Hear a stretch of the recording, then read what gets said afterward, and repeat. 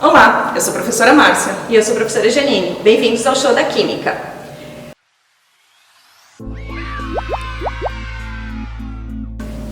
Nos vídeos anteriores, nós vimos como medir densidade de líquidos, mas a gente pode também medir densidades de sólidos, usando a matemática para medida de volume.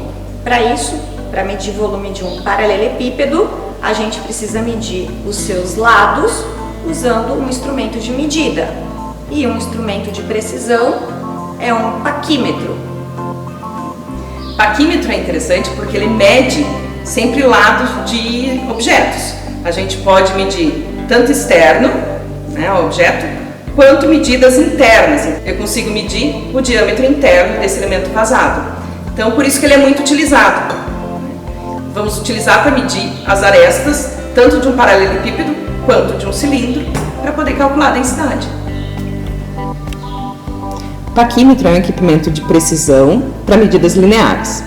Ele tem uma escala do sistema inglês em polegadas e uma escala no sistema internacional em milímetros. Para usar o paquímetro, a gente precisa abrir, encaixar o que se quer medir. Então, nesse caso, o paralelepípedo, né? Vamos medir o comprimento do paralelepípedo. E aí eu preciso observar em que escala a escala do zero encosta no sistema de medida internacional. Então, aqui ele está em 29.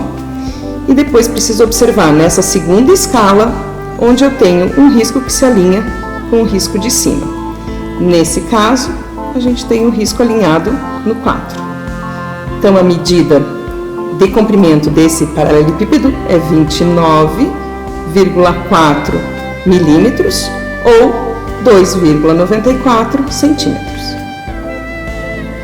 Então, a gente vai fazer a medida também do lado do paralelepípedo, que é 18,5 milímetros ou 1,85 centímetros, e da altura,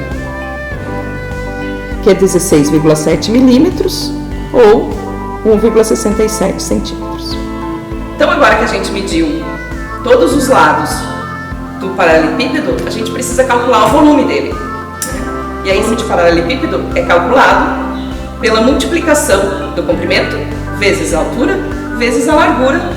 E o volume calculado para esse paralelepípedo é 9,08 centímetros cúbicos. Para a medida da densidade, a gente precisa ter a massa, né? A relação da massa com o volume do sólido. Então, para medir a massa, a gente vai utilizar uma balança.